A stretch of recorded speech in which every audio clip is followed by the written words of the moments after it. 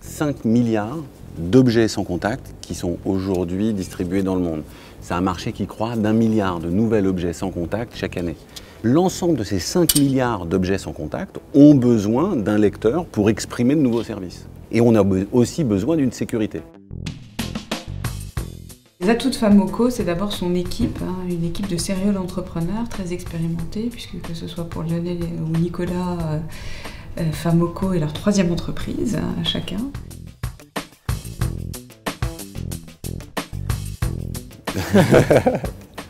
Bon, donc on est Famoco. Famoco a été créé en 2010. En 2010, Nicolas et moi, on était en Chine sur une autre activité. On s'est rencontrés en Chine et on a eu une idée formidable autour du NFC et on a créé Famoco à partir de là-bas. Pendant les 3 premières années, on a fait de la R&D que Nicolas et moi avons incubé et, sur fonds propres. Et au bout de 3 ans, en 2013, on avait des prototypes, quelques clients et on est allé voir Orinvest pour investir un premier million pour une première implémentation commerciale de nos solutions. Et puis en 2014, on a eu une première année de commercialisation qui s'est pas trop mal passée, plutôt même bien passée, puisqu'on a fait plus d'1 million de dollars la première année de commercialisation.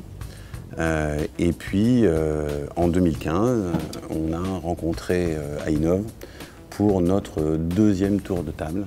Et donc là, on vient de clore avec Ainov. On essaie de mettre à contribution un peu notre réseau. Donc on met en relation les entrepreneurs avec d'autres entreprises, grandes marques, pour générer du lead, des prospects et des clients. Chose que nous avons déjà fait quelques petits jours après l'investissement, puisqu'on a déjà réalisé 3 ou 4 rendez-vous avec des prospects de grande taille.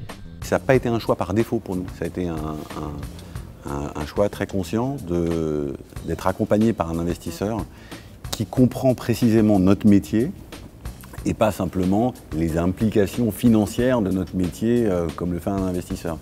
À Ainov, Valérie Gombard a une compréhension fine de ce qu'on fait. Et ça, c'est assez rare.